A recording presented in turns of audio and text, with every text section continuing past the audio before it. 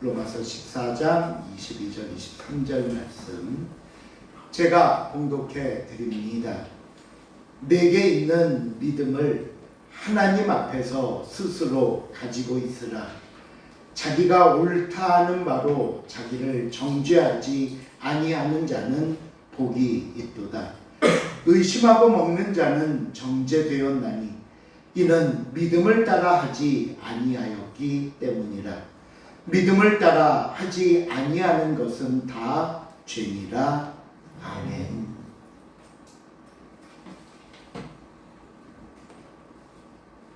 우리가 지난 시간에 믿음이 연약한 자를 받으라 라는 말씀을 살펴보면서 고린도 교회 안에 있었던 고기를 먹는 문제를 이야기했습니다. 나에게는 정당하고 옳은 것이라 할지라도, 아니 오히려 내가 더 크고 강한 믿음을 가지고 있다는 증거가 된다고 할지라도 그것으로 인해 연약한 자를 넘어지게 했다면 분명히 잘못한 것이고 심지어 죄라고까지 말씀하신 것입니다. 이런 설명 속에서 오늘 본문도 지난 시간과 이어지는 문제를 다루면서 다시 한번 결론을 되짚어주는 말씀이 언급되고 있는데요. 우리 먼저 본문 13절 말씀을 한번 같이 읽어보겠습니다. 시작. 그런즉 우리가 가진 것으로 편하지 말고 도리어 부딪힐 것이나 거칠 것을 형제 앞에 두지 아니하고 주의하라. 첫 번째, 다시는 서로 비판하지 말라. 네가 옳고 네 믿음이 훌륭하지만 너의 옳은 것만을 내세워 다른 사람을 받아들이지 못하고 비판한다면 그 너의 옳음도 네 믿음도 아무 유익이 없음을 말씀하고 있는 겁니다. 두 번째는 부딪힐 것이나 거칠 것으로 형제 앞에 두지 말라고 말씀합니다. 이 부딪힐 것 또는 이 거칠 것이라는 단어는요, 서로 비슷하면서 완전히 다른 의미를 갖고 있는 이야기인데, 먼저 부딪힐 것, 우리 가장 보통 부딪힌다고 하잖아요. 이 부딪힐 것이라는 거는 뭐냐면 내가 의도하지 않고 어떤 일을 했는데 결과가 다른 사람들을 걸려 넘어지게 한 것을 의미하는 말입니다. 고의로 한 건 아니에요. 일부러 그런 건 아니에요. 하지만 그럼에도 불구하고 내 행동으로 인해 다른 사람이 넘어지거나 부딪히는 일이 생겼다면 나에게 아무 잘못이 없다고 말할 수 없다는 겁니다. 그럼 두 번째 거칠 것이란 뭐냐? 이거는 의도적으로 상대방을 넘어뜨릴 목적을 갖고 장애물을 놓은 겁니다. 상대방을 넘어뜨리려고 저지른 분명한 나의 잘못이라는 거예요. 오늘 결국 본문 13절은 우리에게 무슨 말씀을 하냐 하면 우리가 의도했든지 의도하지 않았든지 사람들이 나로 말미암아 넘어지는 일이 생기지 않도록 조심해라 라는 말입니다. 그런데 우리는요, 사실 이 말씀을 들으면서 이런 질문을 해볼 수 있습니다. 하나님, 물론 서로 조심하고 살아야죠. 또 내가 남을 넘어뜨리려고 고의적으로 그랬다면 그건 분명히 내 잘못이니 벌받아도 마땅할 것입니다. 그런데 내가 의도하지도 않았고요. 제가 오히려 올바른 일을 했고 상대방이 잘못 알고 넘어졌다면 그 상대방의 잘못까지도 내가 책임져야 하는 겁니까? 어떻게 보면요, 좀 답답하고 억울할 수 있는 상황입니다. 그런데 이에 대해 성경은 뭐라고 말씀하는가 하면 먼저 본문 15절 한번 읽어볼게요. 만일 시작. 만일 음식으로 말미암아 내 형제가 근심하게 되면 이는 내가 사랑으로 행하지 아니하노라. 그리스도께서 내신 하여 죽으신 형제를 내 음식으로 망하게 하지 말라. 내가 왜 그런 일이 일어나는 것에 대해서 너에게 잘못을 묻는 줄 아니? 내가 너에게 바라는 것은 네가 얼마나 하나님의 말씀을 알고 얼마나 행했느냐 하는 것도 중요하지만, 그것도 당연히 우리가 해야 할 중요한 일이지만, 그보다 하나님이 더 우리에게 바라시는 것이 있다면 그게 뭐냐?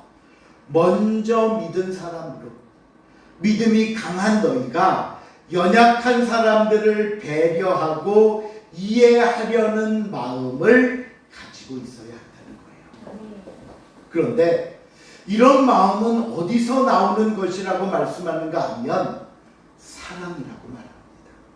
그래서 15절에 아까 보니까 뭐라고요? 사랑으로 행하지 아니함이니라. 사랑이 없어서 그래요. 여러분, 사랑을 정의하는 많은 이야기가 있지만 그 중에 하나는 배려일 것입니다.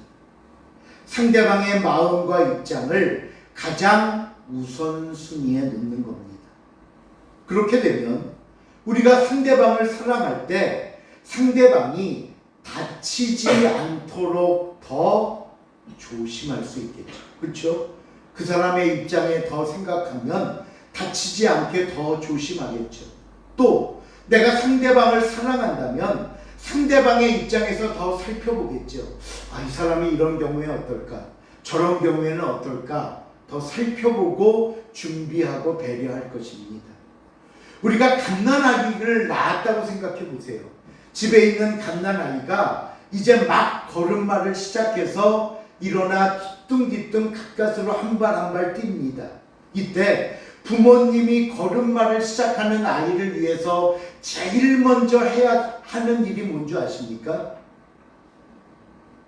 혹시 바닥에 걸려 넘어질 것은 없는지, 혹시 미끄러질 만한 것은 없는지 보고 치우는 겁니다. 또 어디 부딪혀 다치지는 않을까, 넘어지지는 않을까, 늘 조심스러운 마음으로 그 한 발 한 발 뛰는 갓난아기에게서 시선을 띄지 못할 겁니다. 여러분, 우리가 어떤 일을 놓고 단순히 고의로 했느냐 아니냐를 말하기에 앞서, 또 왜 나는 정당한데 그것을 왜 잘못이라고 말씀합니까? 질문하기에 앞서 오직 단 하나, 사랑이라고 말씀하는 겁니다. 두 번째, 우리가 상대방을 다치게 한 것이 죄가 되는 이유는요, 연약한 그들 또한 그리스도께서 대신하여 죽으신 나의 형제이기 때문입니다. 예수님께서 십자가에서 죽으시면서까지 나를 구원하셨습니다.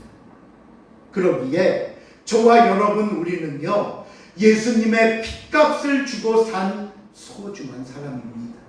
십자가에서 산 사람들입니다. 마찬가지로 예수님께서는 바로 그 사람, 그 상대방을 위해서도 십자가에 죽으셨고, 그러므로 그를 구원하셨기에 그 사람 역시 나와 같이 소중한 사람입니다.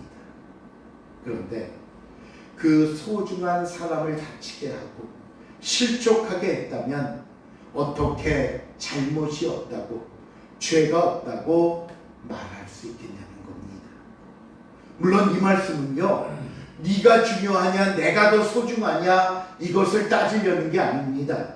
이 말씀의 의미는 뭐냐면요, 소중한 나와 소중한 당신이 함께 이루고 있는 이 공동체를 말하려고 하는 겁니다.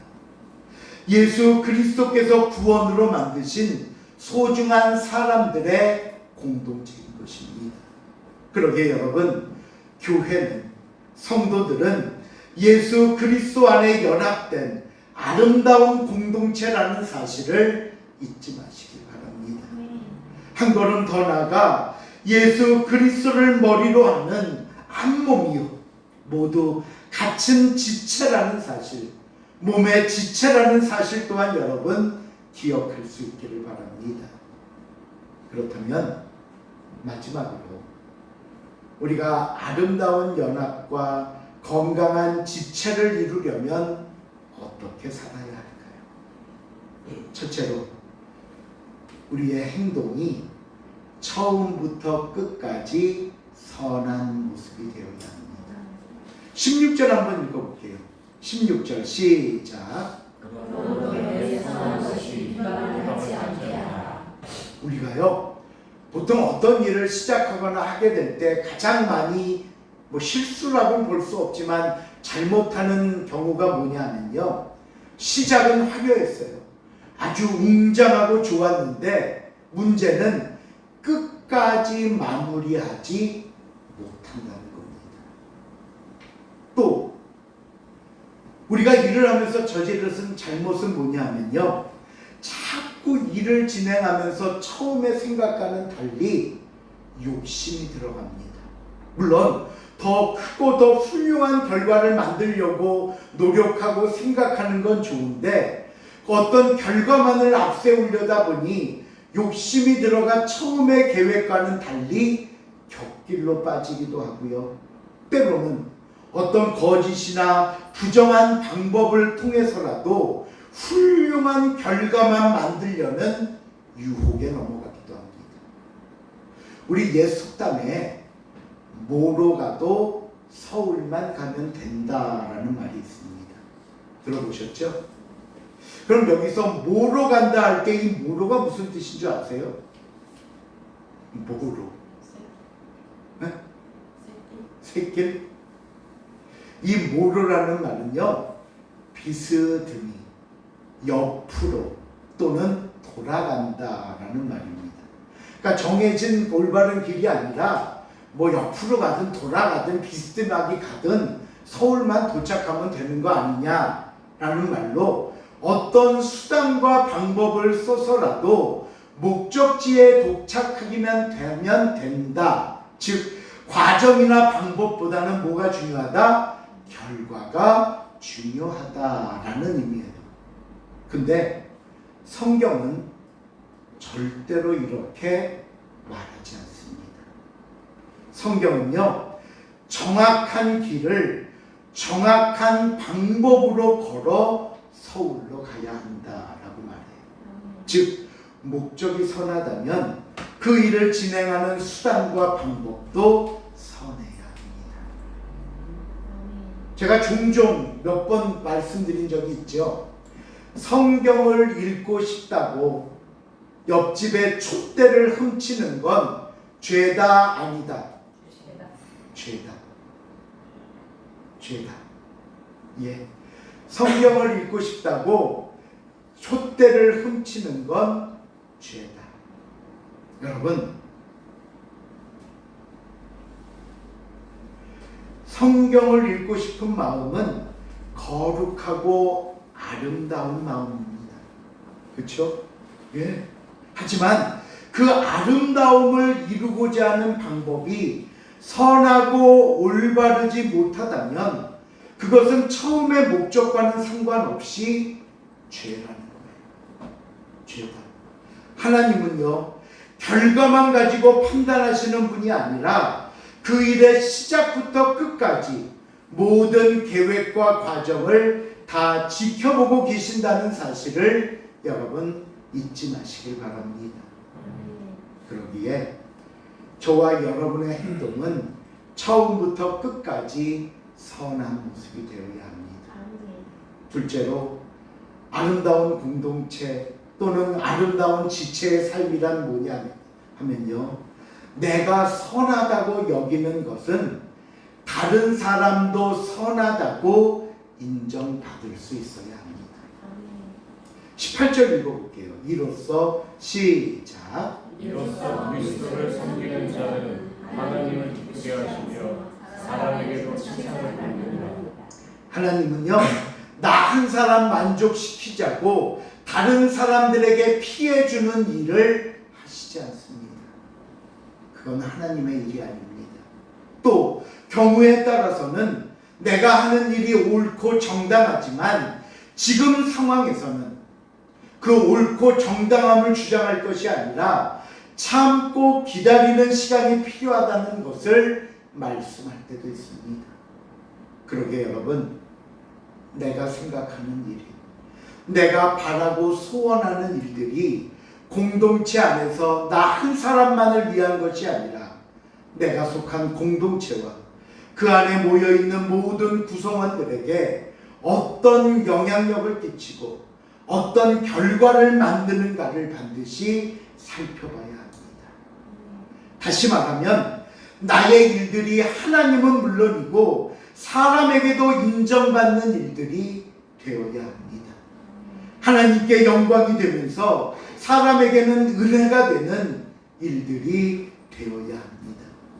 우리가 이 진리를 놓치게 될 때 내가 하는 하나님의 일로 말미암아, 내가 하는 하나님의 일로 말미암아 얼마나 많은 내 많은 형제들이 상처를 입고 무너질 수 있다는 사실을 우리가 깨달아야 할 것입니다.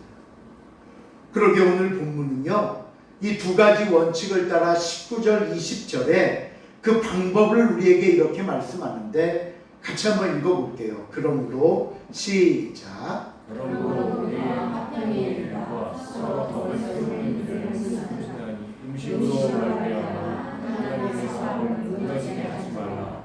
만물이 다 깨끗하되 버림으로 먹는 사람에게는 악한 것이다. 여러분, 우리가 아름다운 공동체와 지체를 이루기 위해서는요, 첫째, 화평과 덕을 세우라고 말합니다. 예수님이 이 땅에 오셔서 십자가에 죽으심으로 우리의 모든 죄를 대속하시고 구원하셨습니다. 그래서 예수님의 십자가를 우리는 속죄의 십자가라고 부릅니다. 우리의 죄를 속죄해 주신 십자가. 하지만 또 다른 의미에서 예수님의 십자가는요, 화평의 십자가입니다. 하나님이 싫다고, 하나님 없이도 충분히 살 수 있다고 외치며 하나님을 떠났던 우리, 그러므로 하나님과 원수가 되어 하나님의 진노와 저주를 받아야 할 저와 여러분을 예수님의 십자가도 하나님과 다시 화평하게 한 것입니다. 그러기에 우리에게도 화평이 필요합니다. 히브리서 12장 14절에 보니까 이런 말씀합니다. 시작. 모든 사람과 더불어 화평하라. 모든 사람과 화평하며 거룩해라. 이것이 없이는, 이러지 않으면 아무도 주를 볼 수 없느니라. 화평이 없이는 은혜가 없습니다. 은혜가 없으면 감사도 축복도 없습니다. 그렇다면 이 화평은 어떻게 이루는가? 덕을 끼치는 겁니다. 나의 욕심만 부리고 내 자랑과 내 교만에 쌓여서 상대방을 무시하고 종부리듯 한다면 그 안에 덕은 있지 못합니다. 은혜를 끼치지도 못합니다. 그러면 그 사람에게 무슨 화평이 있겠습니까? 그러기에 화평은 덕을 끼치는 데서 시작됩니다. 두 번째, 내 개인의 일 때문에 하나님의 사업이라는 큰 일에 해를 끼쳐서는 안 됩니다. 17절 한번 보세요. 시작. 하나님의 나라는 먹는 것과 마시는 것이 아니요 오직 성령 안에 있는 의와 평강과 이어서 20절 볼까요? 시작. 음식으로 말미암아 하나님의 사업을 무너지게 하지 말라. 지금 고린도 교회 문제는 먹는 거였잖아요. 먹어도 됩니까? 안 됩니까? 된다. 아, 그래서 난 먹었는데 쟤는 상처받았다. 그럼 왜 내 잘못이냐? 상처받은 네가 잘못이지. 막 난리가 나고 분란이 일어나니까 먹는 게 중요한 게 아니다. 정말 중요한 건 먹느냐 마느냐가 아니라 성령 안에 있는 의와 평강과 희락이라고 말합니다. 이를 통해 저와 여러분이 힘쓰고 이루어야 할 하나님의 사업이랍니다. 그런데 우리는 종종 작은 것에 사로잡혀서 큰 것을 놓칠 때가 있습니다. 지금은 이것 때문에 논쟁하고 비판하고 마음을 다칠 때가 아니라 함께 기도하고 협력하면서 하나님의 일에 헌신하고 동역해야 하는데 우리의 마음과 생각이 자꾸 다른 곳을 바라봅니다. 다른 곳에 인해 움츠려들고 주저앉게 됩니다. 바로 이런 모습을 가리켜 음식으로 말미암아 하나님의 사업을 무너지게 하지 말라 하는 것이고요. 작은 것 때문에 큰 것을 잃게 되는 것입니다. 여러분 기억해 주십시오. 물론 나에게는 그것이 중요하고 큰 일일 수 있습니다.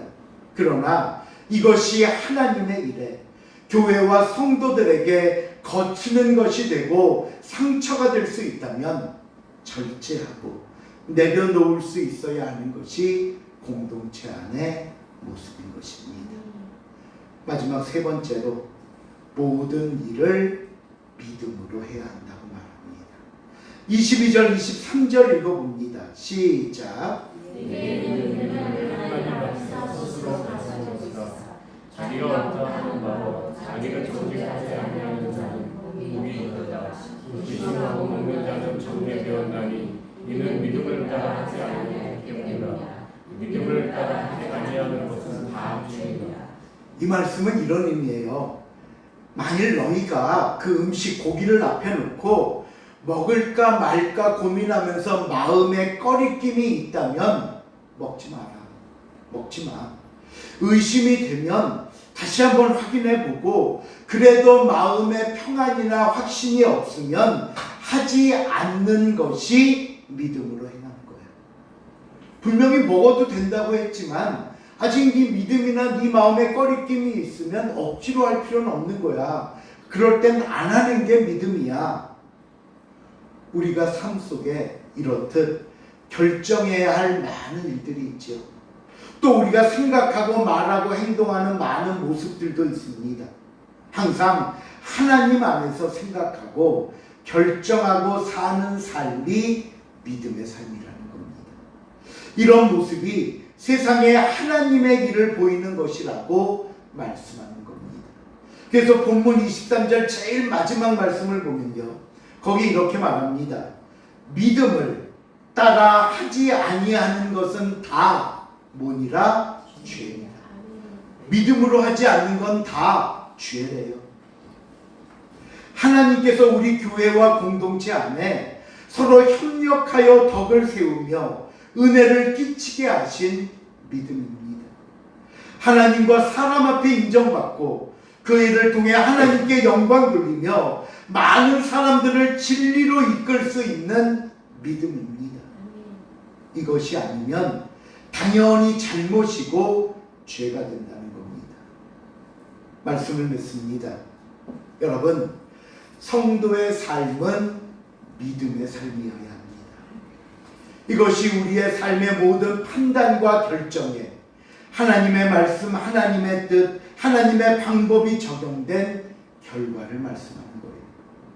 그러게 여러분, 우리의 생각과 우리의 판단이 자칫 나 한 사람만을 위한 것이 될 수 있기에 나의 옳음과 나의 정당함만을 앞세우다가 연약한 사람들을 돌아보지 못할 수도 있기 때문에 성도란 항상 교회를, 항상 연약한 사람들을 먼저 생각하면서 믿음으로 생각하고 믿음으로 말하고 믿음으로 행동해야 한다는 사실을 다시 한번 깨닫고 이에 순종하며 실천하는 복된 모습이 될 수 있기를 주님의 이름으로 부탁을 드립니다. 기도하시겠습니다. 하나님 감사합니다. 오늘도 주의 귀한 말씀을 통해 다시 한번 우리의 이웃들을, 연약한 자들을, 그리고 우리 자신을 어떻게 믿음으로 돌보며 살아야 할 것인가를 깨닫게 하여 주시니 감사를 드립니다. 들었으니 기억하게 하시고 기억하며 순종하며 실천하는 우리의 귀하고 아름다운 모습 되게 하여 주시옵소서. 모든 것 감사드리오며 예수님의 이름으로 기도하옵나이다. 아멘.